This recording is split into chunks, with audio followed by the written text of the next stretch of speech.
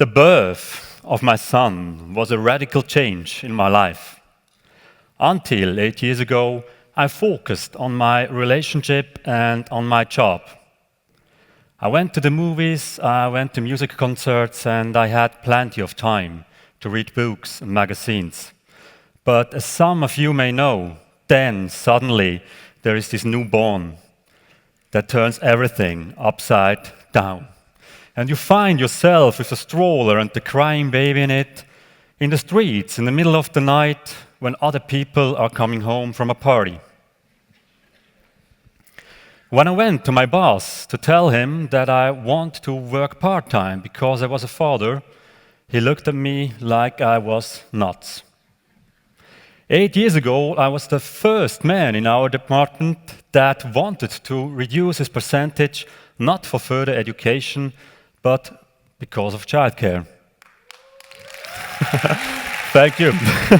Should be natural, this one. One day. Today, I'm still working for the same company, and now we have a diversity and inclusion initiative that allows more flexible work for both women and men.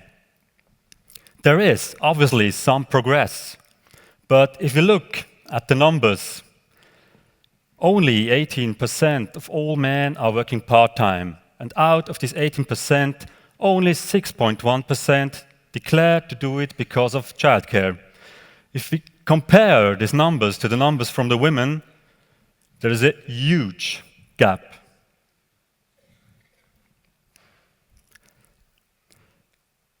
Becoming a father changed my perception of society.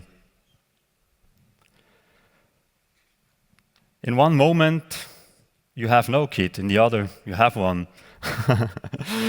And there was one question I always asked myself: why do men not want to have a better balance in work and family life? This is what triggered my career in politics.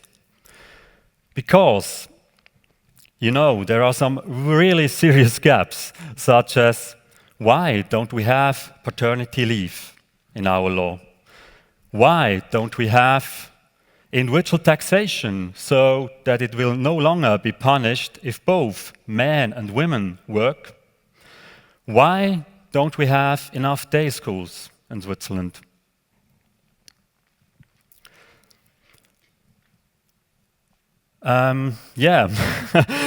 I searched for inspiration, and then I ran across two initiatives.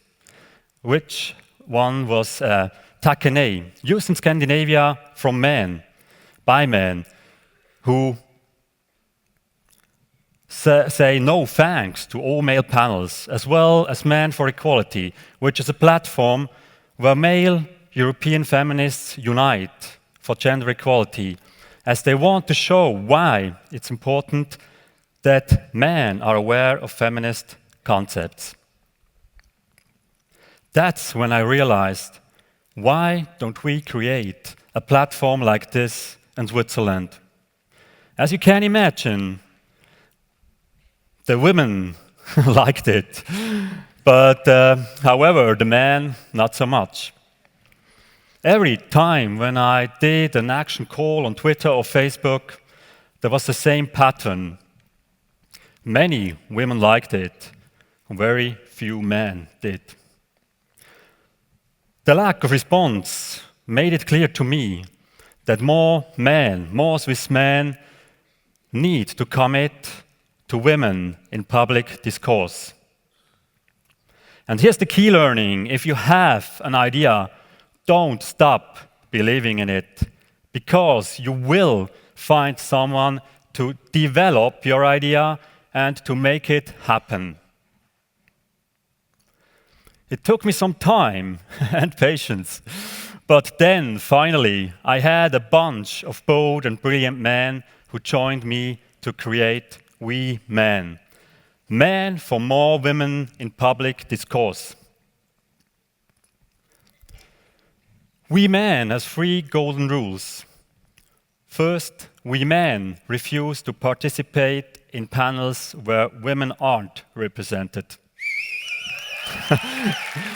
Second, we men want to foster a positive dialogue without blaming or shaming in order to question and break social patterns.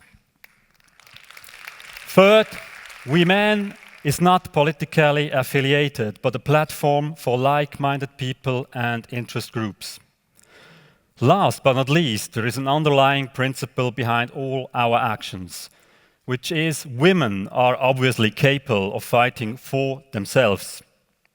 Our goal is not to fight for women, but to come together and join forces, because being united will bring us and society that much closer to gender equality.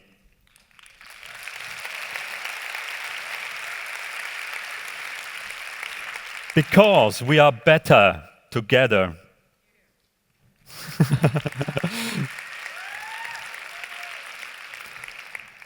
Now, looking back at this year in Switzerland, we men has participated in some great actions and success.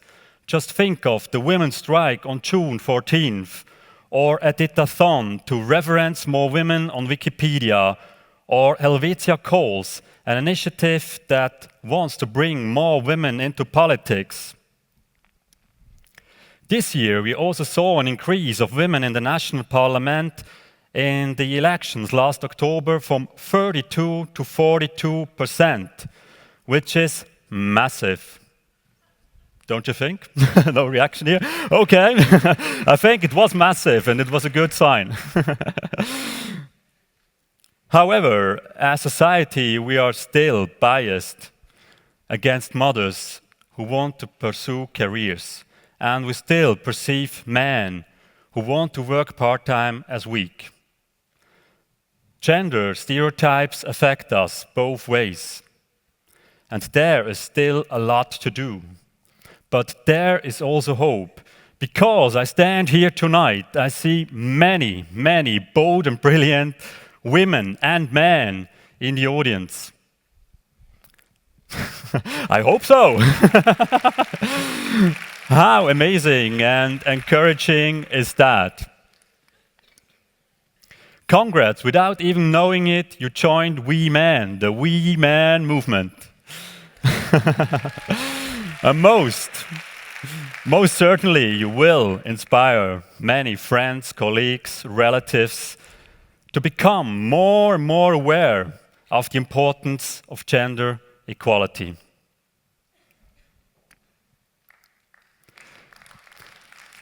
This is why I call myself proudly a feminist, because feminism benefits both women and men.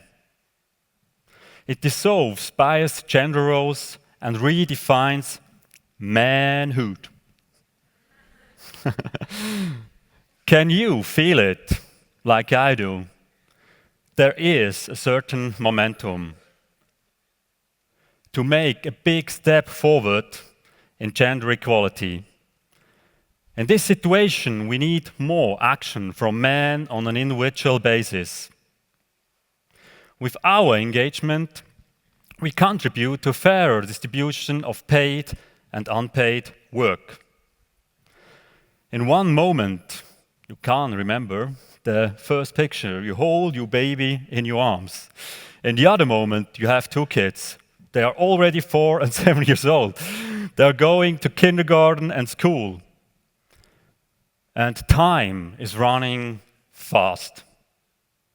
After all, who wants to look back, feeling he has missed the growth of his children? Thank you.